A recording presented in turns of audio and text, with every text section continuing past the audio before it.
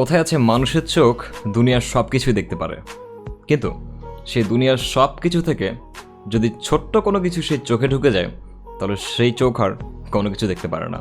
দোস্ত, আজকে একটা গল্প নিয়ে এসেছি। সেটা হচ্ছে একটা বাচ্চা ছিল, যেই বাচ্চার ছোট্ট একটা ডগি ছিল যাকে সে অনেক ভালোবাসতো, অনেক আদর করত। এবং এই ভালোবাসা দেখে তার প্রজারা মাঝে মাঝেই ভাবতো, আমরা যদি ডগি হতে পারতাম তাহলে তো এই বাচ্চার সব থেকে ভালোবাসার পাত্র হয়ে উঠতে পারতাম। এবং মাঝে মাঝে বাচ্চাকে নিয়ে মানুষ অনেক প্রশংসা করতো যে পশু পাখির উপরে কীভাবে ভালোবাসা দেখাতে হয়, পশু পাখিকে কীভাবে ভালোবাসতে হয়, এটা বাচ্চার কাছে শেখা যাবে। That's it. তো এই অবস্থায় একদিন বাদশা একটি মিটিং করার জন্য একটি সফরে যাওয়ার প্ল্যান করলেন। অ্যান্ড সেখানে তিনি তার সেনাপতি সহ অনেক প্রজাকে নিলেন। তো প্ল্যানে যাওয়ার সময় তারা প্ল্যান করলেন যে তারা নদীতে ট্রাভেল করবে। তো যেই ভাবা সেই কাজ, তারা সবাই রওনা দিলেন এবং নদীতে ট্রাভেল করছিলেন নৌকা দিয়ে। তো নৌকার মধ্যে অনেক মানুষ থাকার কারণে নৌকাটা একটু হিল ছিল। এই হিলের কারণে অনেক সবাই ভয় পাচ্ছিল। এবং ওই সময় সেই কুকুরটাও ছিল কিন্তু সেখানে, এবং সেই কুকুরটাও ভয় পেল।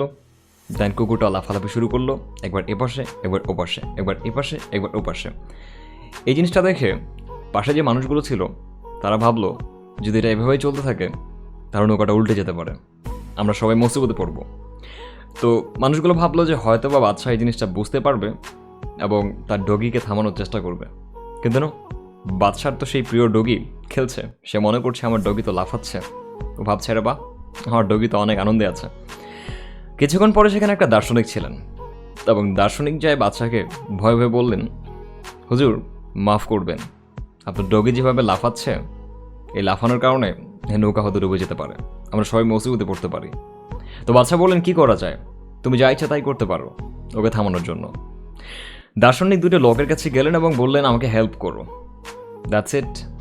দার্শনিক কী করলেন, সেই ডগিটাকে ধরে পানিতে ফেলে দিলেন। অ্যান্ড কিছুক্ষণের মধ্যে সেই ডগিটা লাফালাফি করতে করতে সাথে সাথে সেই নৌকার একটা ছোট একটা কবজা ছিল সেটা ধরে কিছু দূর যাওয়ার চেষ্টা করলো।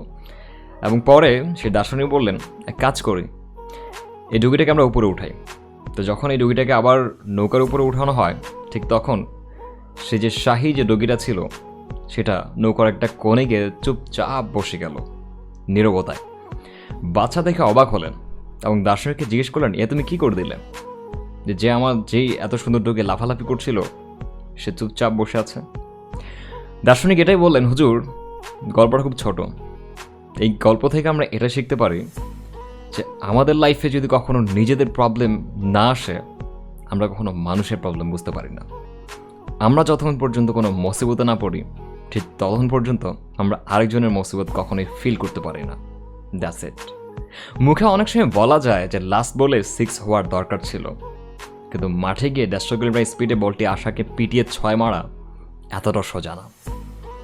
সো লাস্ট স্পিচেস, আপনি যখনই কারো বেশি কিছু কথা বলতে যাচ্ছেন, আগে 10 বার ভাবুন তার লাইফের কি প্রবলেম, সে কোন পজিশনে আছে, তারপরে তাকে কিছু কথা বলার চেষ্টা করুন, নত করবেন না। আর যদি কম অপরাধ ভুল এসব ধরতে যান, তাহলে আগে নিজের তার ধরুন, দেন মানুষেরটা ধরার চেষ্টা করবেন। তাহলেই আমরা সবাই ভালো মানুষ হতে পারবো। That's it. যাওয়ার আগে একটা কথাই বলে যাব, এমন কিছু করুন যেটা দেখে পৃথিবীও সেই জিনিসটা করতে চাইবে। Thank you so